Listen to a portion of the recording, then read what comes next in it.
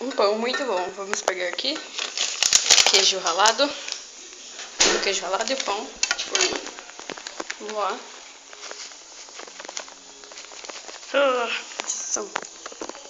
Deixa aqui. Não, não.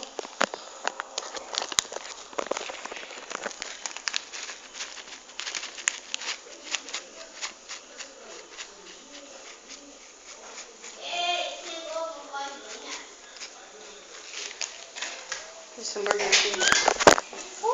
Hambúrguer King. Hambúrguer. Tá queimando não, Carolina? Aqui já tá bom. Vou espalhar o queijo com a mão. Tá limpa, né? Tá bom, sim. Cadê o orégano? Eu acho que eu vou saber.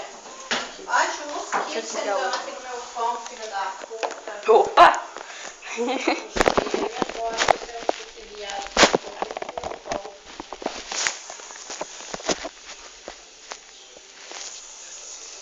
Orégano.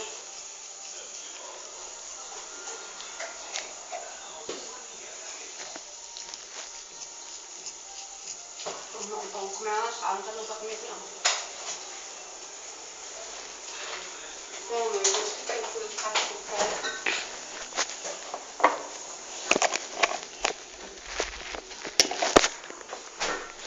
Ai, filho.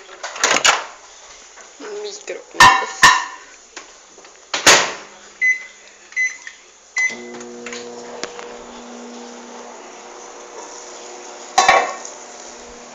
Nossa senhora, que chato. Calma, mulher. Cadê o outro prato que eu comi? Você pegou meu prato? Você pegou meu prato? Quem fala. Vou botar um pouquinho só. Não é bom gelado. É bom quentinho. Ó, tá quente, pão só. Não derrete. Esse queijo ralado. Ai, tá quente a delícia.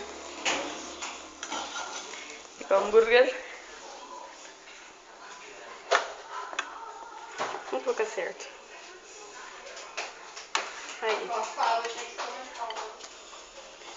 Vou colocar aqui do lado. Calma, eu vou fazer um lanche. Vou colocar em cima do outro. Só tenha calma. Que não é fácil. Oi, eu peguei facilidade. E aí. Outro pãozinho. Aquela leve. Amassada. Com essa coisa que não presta. Não presta. Não presta. Muito bocidinha. Tá pronto, ó.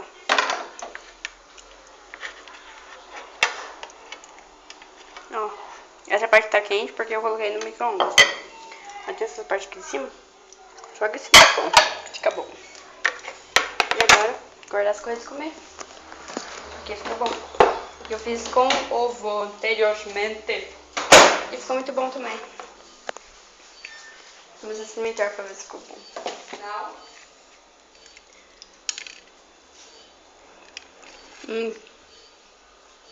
10.